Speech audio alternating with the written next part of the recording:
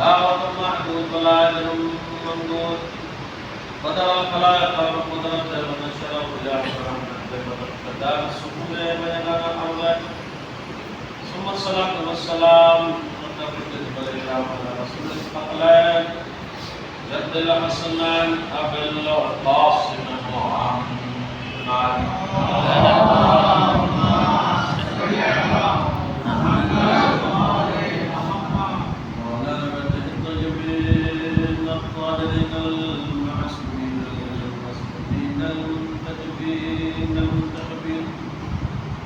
لعنة الله على القوم الظالمين من الآن إلى قيام يوم الدين أما بعد فقد قال الله تعالى تبارك في القرآن الكريم والقرآن المبين فهو أصدق الصادقين وقال الحق بالحق بسم الله الرحمن الرحيم إنا أول بيت وضع للناس الذي بمكة مباركة وهدى للعالمين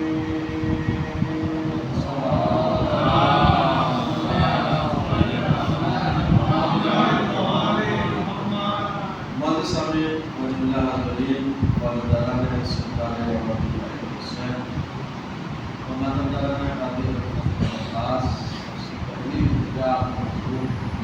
یہ ہے کہ ہم تین مرتبہ صدر کی قرار فرما کر مرحومہ محبوبہ مدینہ بنت محمد تقی و روح کے ساتھ اللہم صلی علی محمد و آل محمد اللہم صلی علی محمد اللہم صلی علی محمد بسم اللہ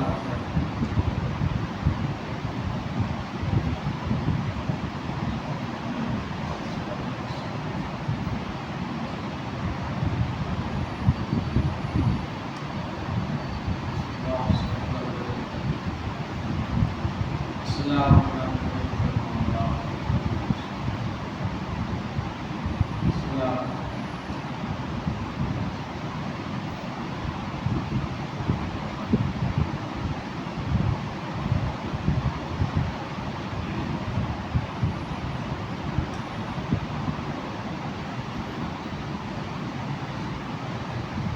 جملہ معلومین کی مغفرت کے لوگوں بالخصوص معلومات کی مغفرت کے لیے بلند ترین آیت سوال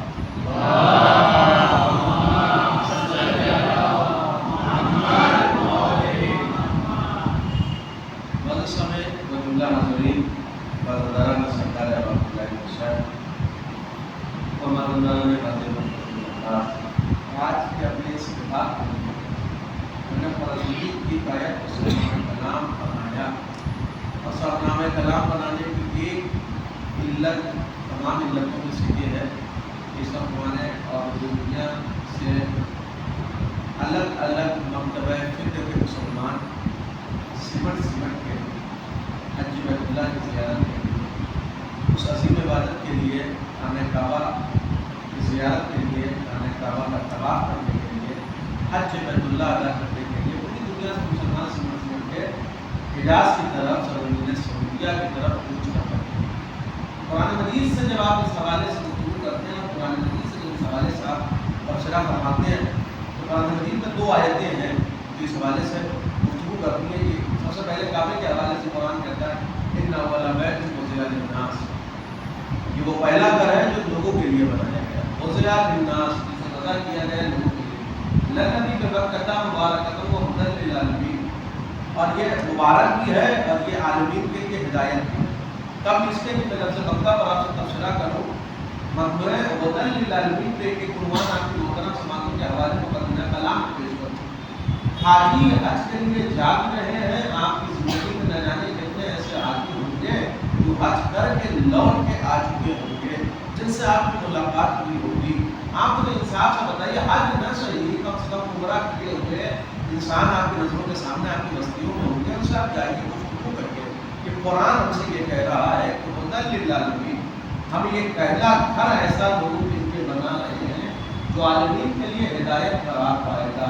آپ پوری دنیا سے کسی مرتبہ فکر کا مسلمان مجھے لا کے دکھا دیں جو گیا ہو اور جانے کے بعد اس نے کعبے کی طرف دیکھا ہو اور کعبے پہ